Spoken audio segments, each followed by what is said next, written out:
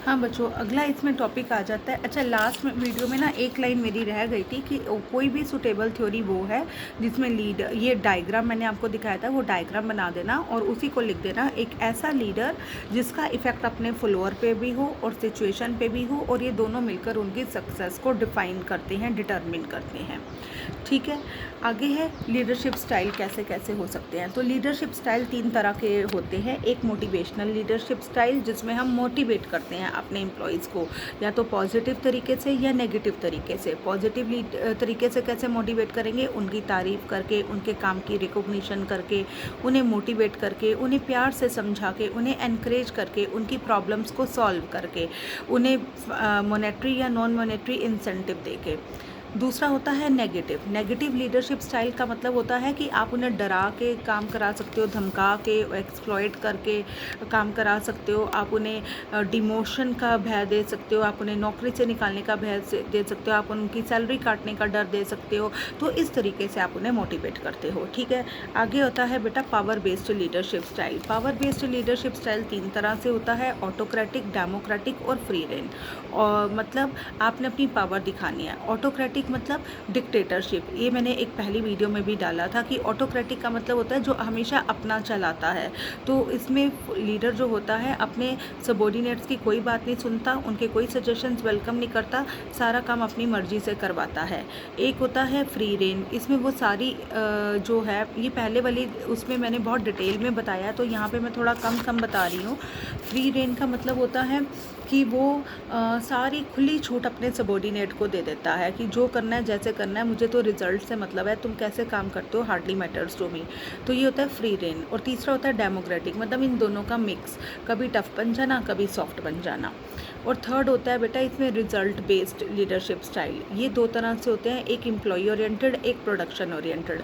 Employ oriented का मतलब ये होता है कि एक लीडर ऐसा लीडर होता है जो एम्प्लॉय को ध्यान में रखता है, एम्प्लॉय की सेटिस्फेक्शन के लिए, एम्प्लॉय की ग्रोथ के लिए, एम्प्लॉय की प्रोडक्टिविटी इंप्रूव करने के लिए काम करता है। और दूसरा होता है प्रोडक्ट ओरिएंटेड, उसको एम्प्लॉय से कोई मतलब नहीं है, उसको सिर्फ प्रोडक्ट चाहिए, प्रोडक्शन चाहिए, तो वो होता है प्रोडक्ट ओरिएंटेड लीडरशिप। ठीक है, तो ये होते हैं बेटा 3 तरह के लीडरशिप स्टाइल। इनकी मेरिट डिमेरिट वो मैंने पिछली वीडियो में बता दी थी, इसलिए वो आपको वहाँ से करना है। इसके बाद एक लास्ट में आ जाता है कि हमें कौन सा लीडरशिप स्टाइल चुनना चाहिए।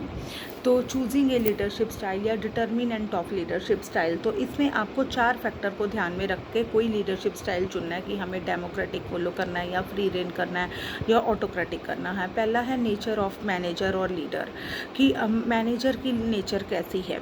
ठीक है, सब managers believe that employ by nature are work shirkers and careless.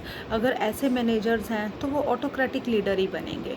कुछ है वो एम्प्लॉय में विश्वास रखते हैं कि वो अपने आप काम कर सकते हैं, है ना, उनकी कैपेबिलिटी में, कैपेसिटी में उनको विश्वास होता है, तो ऐसे लोग जो होते हैं फ्री रेन लीडरशिप स्टाइल चुन लेते हैं, डेमोक्रेटिक भी चुन लेते हैं, तो वो उनमें डेमोक्रेटिक लीडरशिप स्टाइल के साथ वो जनरली चलते हैं।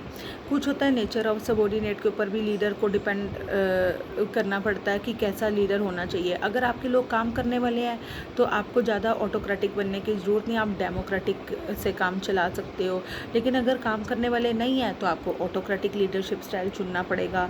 साइज़ ऑफ ऑर्गेनाइजेशन, अगर ऑर्गेनाइजेशन का साइज़ बहुत बड़ा है तो आपको काम बांटना ही पड़ता है, डेमोक्रेटिक से चलोगे। अगर छोटा सा साइज़ है तो ऑटोक्रेटिक से भी काम चल सकता है, क्योंकि बहुत कम लोग हैं जिन्हें आपने लीड करना है। आगे सिचुएशन ऑफ वर्क, कि what conditions are work performance. अगर इंडस्ट्रियल पीस है, शांति है, औद्योगिक शांति, एनवायरनमेंट क्लीन है वर्क प्लेस के ऊपर, तो डेमोक्रेटिक फ़ायदा है। अगर अशांति है, दंगे फसाद झगड़े हैं, तो फिर आपको ऑटोक्रेटिक लीडरशिप स्टाइल चुनना पड़ता है। तो यहाँ पे आपका चैप्टर ये वाला बिल्कुल ख़त्म हो जाता है। इसमें एक management system of Likert leadership continuum है, ये सब करने की आपको ज़रूरत नहीं है। ठीक है, ये मुझे नहीं 7 मार्क्स, मुझे ना ये 20 मार्क्स में क्वेश्चन अच्छा ही नहीं लगता। सिर्फ इसमें जो मैनेजमेंट सिस्टम ऑफ लिकर्ट है वो कई बार ना छोटे क्वेश्चन में आ जाता है। मैनेजमेंट सिस्टम ऑफ लिकर्ट है, ये एक बार बता ही देती हूँ मैं, ये क्या है। एक बार ज़रा ध्यान से समझना, लीडरशिप कंटिन्यूम और मैनेजमेंट सिस्टम ऑफ लिकर्ट, ये दोनों आपके शॉर्ट क्वेश्चंस में आ सकता है, तो आपको शॉर्ट क्वेश्चन के हिसाब से ही काम करना है। रेंसिस लिकर्ट थे, रेंसिस लिकर्ट ने अपने कलीग्स के साथ मिशिगन यूनिवर्सिटी यूएसए में काम किया। किसके ऊपर? Style and pattern of management के ऊपर ऑलमोस्ट 30 ईयर। और इन 30 ईयर्स में उन्होंने बहुत सारे इंस्टीट्यूशंस के बारे में पढ़ा, बहुत सारे मैनेजर्स के साथ काम किया और उन्होंने लीडरशिप के 4 मॉडल निकाले। पहला था एक्सप्लॉयटेटिव अथॉरिटेटिव, दूसरा था बेनिवोलेंट अथॉरिटेटिव, तीसरा था कंसल्टेटिव, चौथा था पार्टिसिपेटिव। सिस्टम 1। अब पहला एक्सप्लॉयटेटिव, अब ये वही है जो वाई थ्योरी वाले लोग कहते हैं, जैसे हमने वो किया ना ऑटोक्रेटिक लीडरशिप स्टाइल। इसमें वो लोग होते हैं जो काम करना नहीं चाहते, तो इनके लिए सिस्टम ऑफ थ्रेट और पनिशमेंट यूज़ किया जाता है उन्हें मोटिवेट करने के लिए, उन्हें काम कराने के लिए। उनसे इसमें ना बेटा ये 4 मॉडल में ना हर मॉडल में 7 फीचर्स के बारे में आपने बात करनी है। वो 7 फीचर्स क्या हैं? पहली लीडरशिप, दूसरी मोटिवेशन, तीसरा कम्युनिकेशन, चौथा इंटरेक्टिव इन्फ्लुएंस, पांचवा डिसीजन मेकिंग प्रोसेस, छठा गोल सेटिंग, सातवां कंट्रोल प्रोसेस। इसने अपने 4 मॉडल बनाए और 4 मॉडल में इन 7 फीचर्स की बात की है। अगर आपने इनकी डिटेल पढ़ने की ज़रूरत नहीं है, आप इनका एक टेबल बना हुआ है बुक में, relationship between various variable and management system, सिर्फ ये टेबल कर लेना तो 2 मार्क्स का क्वेश्चन आपका आराम से हो जाएगा। अब देखो मैंने आपको बताया 4 मॉडल है, वो 4 मॉडल आपके इस तरह ऊपर लिखे हुए हैं, एक्सप्लॉयटेटिव, बेनिवोलेंट, कंसल्टेटिव, पार्टिसिपेटिव, और वर्टिकली आपकी 7 फीचर लिखी हुई हैं, leadership, motivation, communication, interaction influence, decision making process, goal setting, control process. ठीक है, अब हम देखते हैं कि एक्सप्लॉयटेटिव वाली में कैसी लीडरशिप चाहिए। इसमें अथॉरिटेटिव, वो हिटलर वाली। बेनिवोलेंट पे लेस अथॉरिटेटिव, कम हिटलर, क्योंकि अथॉरिटेटिव में ऐसे लोग हैं जो बिल्कुल काम नहीं करना चाहते, तो उनके लिए आपको डिक्टेटर बनना पड़ेगा। और बेनिवोलेंट में कभी तो कर लेते हैं और कभी बिल्कुल नहीं करते, तो इनके लिए लेस अथॉरिटेटिव। कंसल्टेटिव, ये करते हैं, काम करना चाहते हैं, पर कई बार गाइडेंस की कमी आती है, तो इसमें आप एक मेंटोर की हेल्प करते हो, गाइड करने वाली करते हो। और एक होता है पार्टिसिपेटिव, सब कुछ करना अपने आप है, कोई दिक्कत नहीं है बॉस को, काम करना चाहते हैं, काम करना आता है और काम करते हैं, तो यहाँ पे आप उनके साथ लिबरल एटीट्यूड रखोगे, फ्रीडम वाला एटीट्यूड रखोगे, फ्री रेट। आगे है मोटिवेशन, कैसे मोटिवेट करोगे? एक्सप्लॉयटेटिव, जहाँ लोग काम नहीं करना चाहते, फियर और पनिशमेंट से मोटिवेट करो। बेनिवोलेंट, थोड़े करना चाहते हैं, थोड़ा नहीं भी करना चाहते, तो रिवार्ड दे दो जब करना चाहते हैं, पनिश कर दो जब नहीं करना चाहते। तो कंसल्टेटिव, करना चाहते हैं, कभी कभी प्रॉब्लम हो जाती है तो पूछ लेते हैं, तो रिवार्ड देते हैं, ऐसे लोगों को पनिश नहीं करते। पार्टिसिपेटिव, इसमें तो हमेशा सिस्टम ऑफ इन्वॉल्वमेंट, आप उनको हमेशा रिकॉग्नाइज करोगे, सजेशन मांगोगे और उन्हें इम्प्लीमेंट भी करोगे।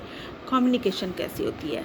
पहले में फॉर्मल होती है, सिर्फ डाउनवर्ड, ऊपर से नीचे ऑर्डर आते हैं। बेनिवोलेंट में वन साइड कम्युनिकेशन होती है, बहुत रूड नहीं होती बट वन साइड होती है। कंसल्टेटिव में 2 वे कम्युनिकेशन, उनकी भी सुनते हैं, अपनी भी सुनाते हैं। Participative, open communication, open for all.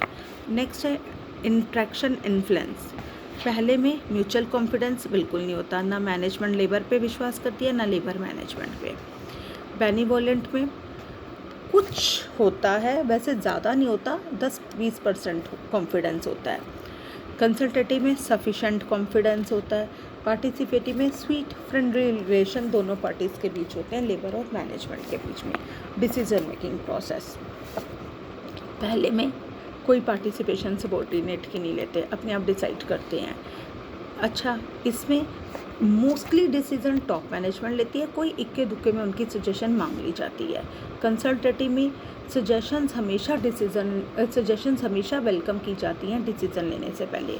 Participative में सुबॉर्डिनेट हर डिसीज़न में प्रॉपर इम्पॉर्टेंट रोल प्ले करता है। गोल सेटिंग में अगला छठा गोल सेटिंग है, तो एक्सप्लॉयटेटिव में गोल सेटिंग जो होती है टॉप रैंकिंग मैनेजर करते हैं। बेनिवोलेंट में हाई रैंकिंग मैनेजर करते हैं। कंसल्टेटिव में सजेशन को कंसीडर किया जाता है गोल सेट करते हुए। पार्टिसिपेटिव में सबॉर्डिनेट सजेशंस मांगी जाती है गोल सेटिंग में। कंट्रोल प्रोसेस, पहले वाले में स्ट्रिक्ट कंट्रोल होता है, सेकंड वाले में कंट्रोल होता है, फियर होता है, सस्पिशन डर भी होता है, डाउट भी होता है, शक भी होता है, वैसा माहौल होता है कंट्रोल में। और कंसल्टेटिव में flexible and goal oriented. Participative में सिस्टम ऑफ कलेक्टिव कंट्रोल होता है, इंडिविजुअल कंट्रोल नहीं होता, कलेक्टिव कंट्रोल होता है। ठीक है बेटा, तो ये थे 4 मॉडल। इनको ना आपने 4 मॉडल में ये 7 फीचर में बताना है कि इसमें कैसी लीडरशिप होती है, कैसी मोटिवेशन होती है, कैसी कम्युनिकेशन होती है, कैसा कंट्रोल होता है। बस ये 7 चीज़ों का ये टेबल कर लेना, बस इससे ज़्यादा इसमें नहीं करना है आपको। एक लीडरशिप कंटिन्यूम भी अगर मैं बता ही नहीं तो ये भी बता देती हूँ। लीडरशिप कंटिन्यूम भी आएगा तो सिर्फ 2 नंबर में आएगा, आप इसे कर लेना। कंटिन्यूम फॉर लीडरशिप क्या है, ये रॉबर्ट टेनिनबॉम और वॉरेन शिमर्ट ने दिया था। उन्होंने कहा कि एक लीडर है, एक ग्रुप के साथ डिफरेंट सिचुएशन में डिफरेंट तरीके से डील करता है। कभी वो ऑटोक्रेटिक स्टाइल अपनाता है और कभी फ्री रेन अपनाता है। बीच बीच में कभी अथॉरिटी कम होती चली जाती है, कभी अथॉरिटी कम होती चली जाएगी तो सबॉर्डिनेट की फ्रीडम बढ़ती जाएगी, सबॉर्डिनेट की फ्रीडम कम होती जाएगी तो अथॉरिटी बढ़ती जाएगी। इसे ही कॉन्टिनम ऑफ लीडरशिप स्टाइल कहा है। वो कहता है कि ऐसा कभी नहीं हो सकता कि एक लीडर हर सिचुएशन में हमेशा ऑटोक्रेटिक यूज़ करता है या हर सिचुएशन में हमेशा डेमोक्रेटिक या फ्री रेन यूज़ करता है। वो कहते हैं सिचुएशन के अकॉर्डिंग कभी वो ज़्यादा ऑटोक्रेटिक हो जाता है, कभी वो ज़्यादा फ्री रेन हो जाता है, कभी वो डेमोक्रेटिक हो जाता है। तो इसे में उसने एक टेबल बनाया, आपकी बुक में दे रखा होगा। इसमें देखो एक्स एक्सिस पे उसने कॉन्टिनम ऑफ लीडरशिप बिहेवियर और 7 पॉइंट लिखे हैं, 1 2 3 4 5 6 7। एक्स एक्सिस में फ्रीडम ऑफ सबॉर्डिनेट दिखा रखी है, वाई एक्सिस पे अथॉरिटी ऑफ लीडर दिखा रखा है। तो देखो 1 से 2 से 7 पे जाते हुए ये कैसे बढ़ रही है। देखो धीरे धीरे आपने देखा होगा ये लाइन नीचे से ऊपर टेढ़ी स्लेंटिंग लाइन लगाई है। तो वो कह रहा है जैसे जैसे पॉइंट 1 है, पॉइंट 1 पे क्या हो रहा है, फ्रीडम ऑफ सबॉर्डिनेट सबसे कम है, तो यहाँ पे अथॉरिटी ऑफ लीडर सबसे ज़्यादा है। ब्लैंक आप देखोगे ना, ब्लैंक स्पेस बहुत ज़्यादा है और लाइन वाला स्पेस बहुत कम है। इसका मतलब जब पॉइंट 1 है तो यहाँ पे लीडर सारे डिसीज़न लेता है और वो अनाउंस करता है। ठीक है, तो यहाँ पे सबॉर्डिनेट को बिल्कुल अथॉरिटी नहीं है, तो यहाँ पे 1 नंबर है, बहुत कम लाइन नीचे है। अब इसमें भी आपको ऐसे करना है, ऊपर नाम लिखना है इस थ्योरी का कि किसने दी थी, उसके बाद एक ये टेबल बनाना है, डायग्राम बनाना है और नीचे पॉइंट 1 2 3 4 5 6 7 लिखे हुए हैं, बस एक एक लाइन यही लिखनी है। पॉइंट 1 में लीडर डिसीजन लेता है, अनाउंस करता है, इसलिए फ्रीडम ऑफ सबॉर्डिनेट बहुत कम है और अथॉरिटी ऑफ लीडर बहुत ज़्यादा है। पॉइंट 2 में थोड़ा सा हो गया कि लीडर टेल्स हिज डिसीजन, बता देता है वो। ठीक है, तीसरे में तो अथॉरिटी उसकी थोड़ी सी कम हुई, लीडर की सबॉर्डिनेट की फ्रीडम थोड़ी बढ़ गई। पॉइंट 3 में लीडर आइडिया प्रेजेंट करता है और क्वेश्चंस इनवाइट करता है सबॉर्डिनेट में, तो उनकी फ्रीडम थोड़ी और बढ़ गई, अथॉरिटी थोड़ी और कम हो गई लीडर की। 4 में लीडर ने प्रेजेंट किया एक टेंटेटिव डिसीजन कि ये मैं लेने वाला हूँ, आप अपनी सजेशन दो, हम चेंज कर सकते हैं। पॉइंट 5 में लीडर ने इनवाइट किए आइडिया लोगों को कि डिसीज़न ले रहा हूँ, आप अपने अपने आइडिया दे दो, तो उनकी फ्रीडम और बढ़ गई। पॉइंट 6 में लीडर ने लिमिट डिसाइड कर दी कि ये लिमिट है, इनके अंदर डिसीज़न आप ही ले लो, ये लिमिटेशन है, अब आप डिसीज़न ले लो, तो उनकी सबॉर्डिनेट की और फ्रीडम बढ़ गई और लीडर की कम हो गई। और पॉइंट 7 में लीडर परमिट करता है ग्रुप को कि डिसीज़न अपने आप ले लो सिचुएशन के अकॉर्डिंग, तो फुल फ्रीडम सबॉर्डिनेट की है और अथॉरिटी लीडर की बिल्कुल कम है।